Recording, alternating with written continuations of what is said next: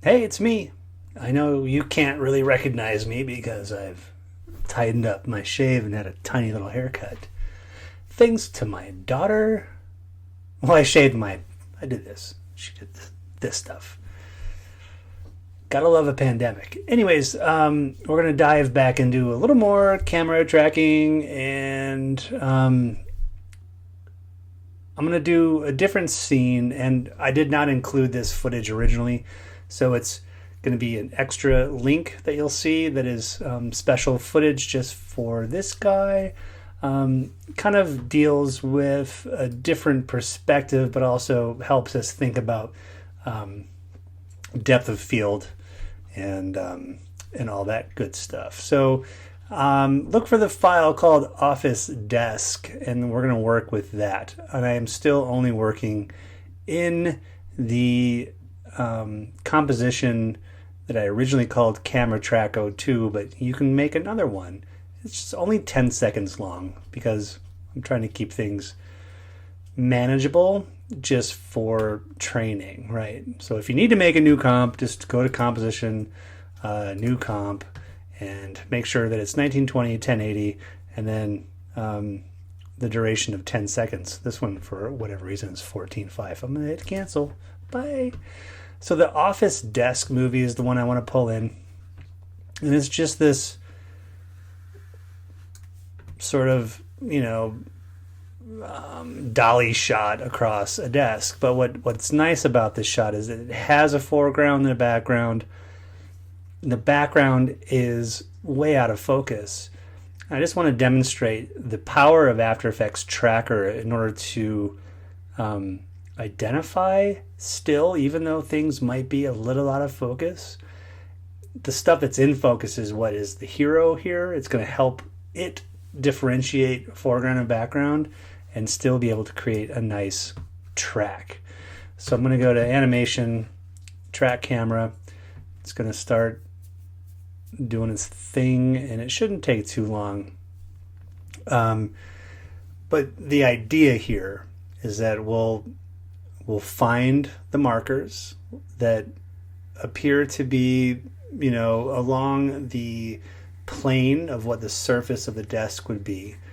And then we will be able to pull in footage with that replacement mechanism that I had shown you earlier, and be able to bring in, we're just going to do green screen stuff again, just because it's easy and it's fun. This one's going to be really fun.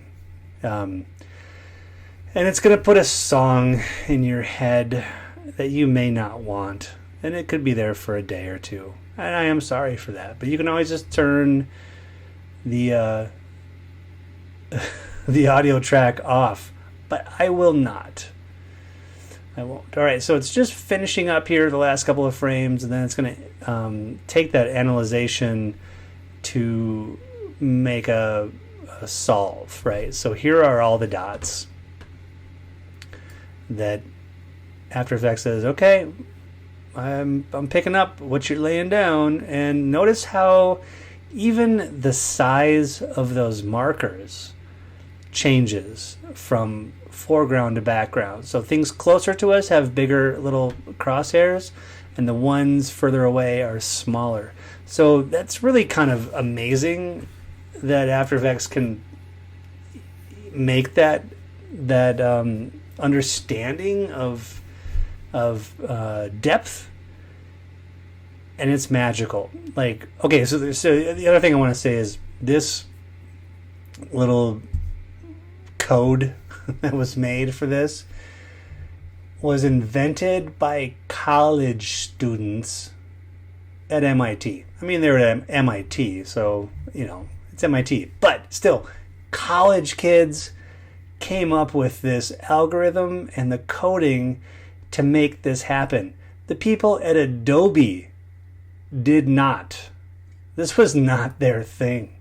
It was college students going, man, I wonder if we can try to track things and understand how they're moving at different rates, and that creates a sense of depth and parallax, and then we can apply that information to a camera, etc. And they told the people at Adobe, and Adobe was like, that's amazing. How much money would you like for that? And they bought it. And those guys like probably didn't even finish school. I'm not saying that's a fact, but I'm suspect to that. Anyways, so you can see all the dots as it moves through this shot. Now, my objective as a animator and post guy is to try to find something that I feel like is a good surface that I could put something on the tabletop. So I'm just going to sort of scan through time and see if there's like anything that feels like I can relate to a flat plane that would be the desktop. So this is totally normal. You got to scrub through time and you have to sort of bounce around and see what you got. I found one. And just if you want to follow me on this, I'm at 3 seconds and 11 frames. And it's right around the top of that pen. So I'm going to click on it and I'm going to say, hey, yep, I love it. Let's create a solid and a camera.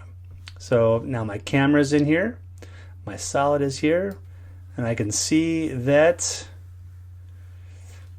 this piece, it looks like a sticky note, looks like a pink sticky note on the desktop, is moving along just fine. I don't know, like it has a little bit of drift. Every time I do this, it's different. I mean, like I find a different spot. But I'm going to make this one work, and if I can't make it work, I'm going to show you how to problem solve to make it work. All right, so I showed you guys how to replace footage. So this little track solid, I don't want that there. What I want is I want Spider-Man. I want Spider-Man dancing. So I'm going to select that layer in the timeline. Then I'm going to the project window. I'm going to find Spidey and Thanos. I select it. I click and start dragging, and then I hold down the Option key before I let go on top of that layer, and it replaces that solid with my footage. But like I said before, it's going to be oriented strangely, so I'm going to change that orientation. I'm going to have to move a little Spider-Man up. I'm also going to move him over. And then I have to get rid of the green screen. So I'm going to do Effects, Keying, Key Light. Select that green, and bam, it's gone. And now I've got Spider-Man on the desk. Yeah, so then there's this whole thing. This is about pre-roll. So I have to just grab that footage, slide it, slide it, slide it, slide it, slide it until I know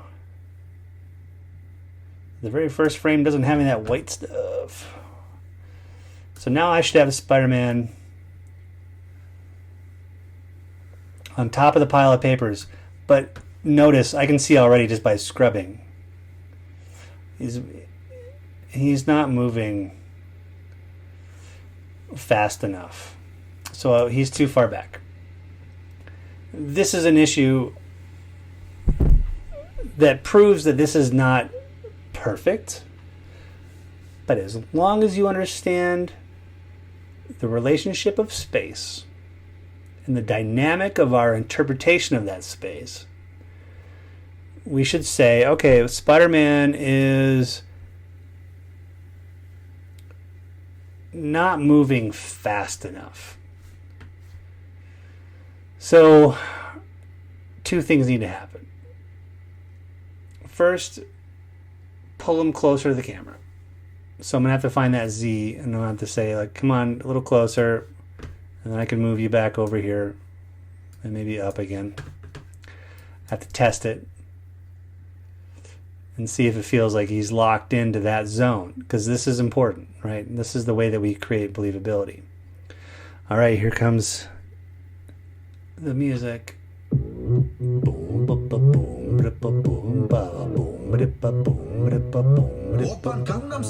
Gangnam Style. All right, so I'm feeling like We nailed it.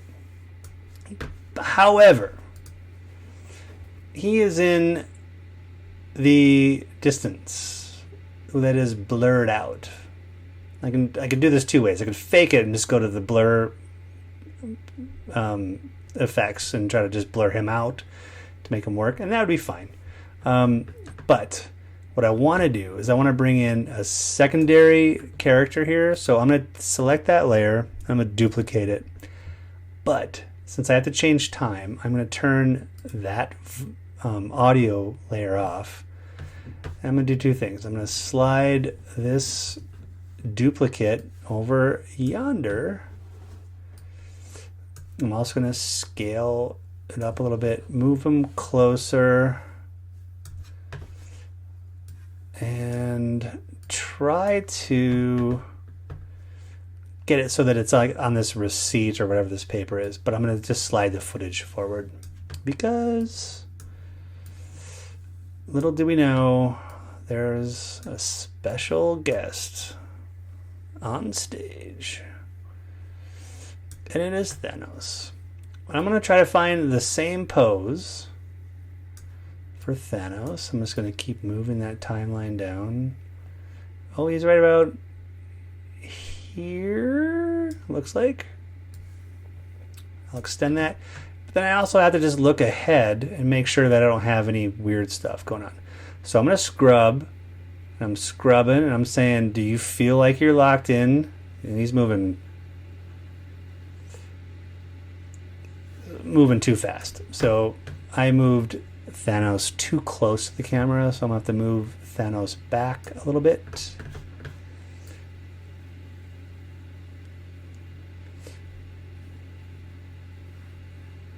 That might be it. Might be it. I'll just do a quick render and see. So Spidey looks good. Thanos, we'll find out in a second.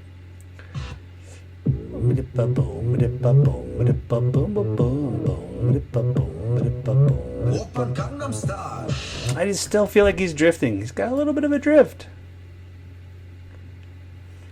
That would mean that he's still too close. So, hey now, I'm going to move him back. But I still want him to be bigger, so I'm going to scale him up, and I'm going to move him up on the Y. Let's see what that looks like. Like I'm happy with Spider-Man. Oh yeah, that might have been it. That might have been it. Oh my God, this song is gonna kill me. I'm currently. Yeah, great. All right, cool, super. So now it's up to me to say, how do I mimic this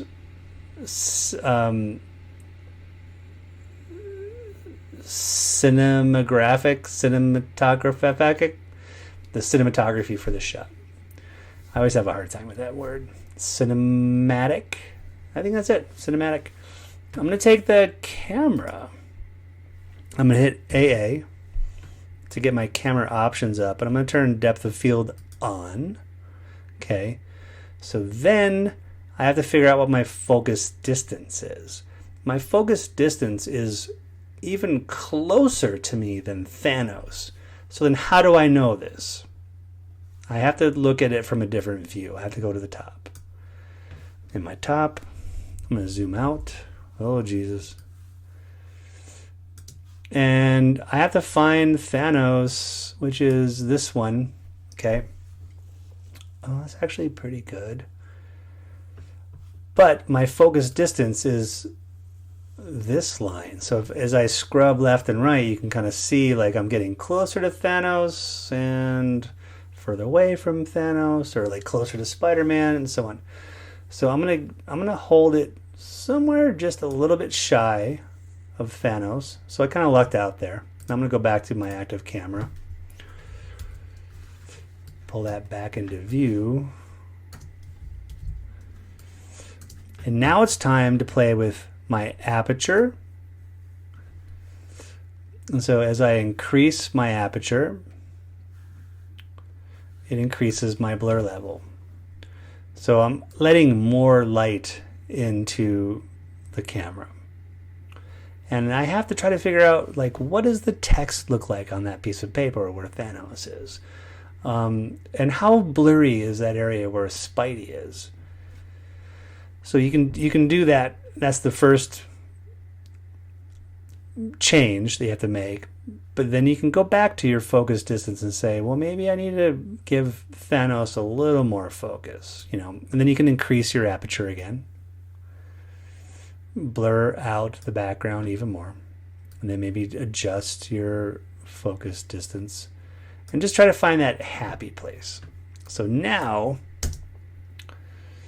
Spidey is blurred out just like the information on the book, because that's where my focal interpretation from the camera is.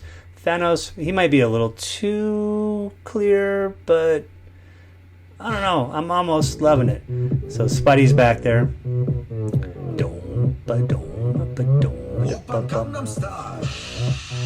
Oh my god.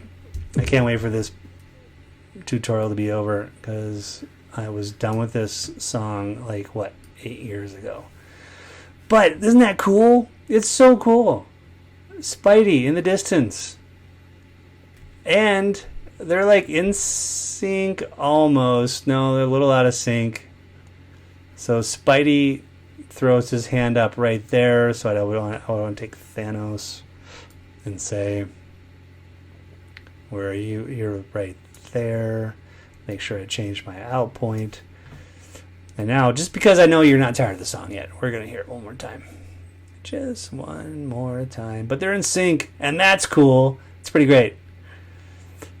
They are a team, even though they really weren't a team. They weren't a team. Yep. Nailed it. All right, so that's it. So we're using the tracker to identify the points. We're creating an object and a camera to identify that space and the relationship of the dynamics of the depth, etc. Putting footage in, or green screening, but then duplicating and moving those items through that field, because once you have one in, it's in. Everything else should just be sort of like a blossom off of that branch. You don't want to do it over and over again, because if you try to find different, you can find different areas and put it in something at a different angle, or dealing with perspective or something like that. But for the most part, you're better off laying one in, finding that sweet spot, and then from there replicating it and dispersing that information out as an army, whatever. But then we deal with camera depth of field, and we're understanding how that works. So the camera will track movement. It won't track focus or distance. And that's where our specialty comes in. Our eye to detail, and that part of the ingredient is up to us. And it turns out stuff like this was just super rad, super fun. So I hope that's helpful, and then we'll jump into another little segment here in a bit.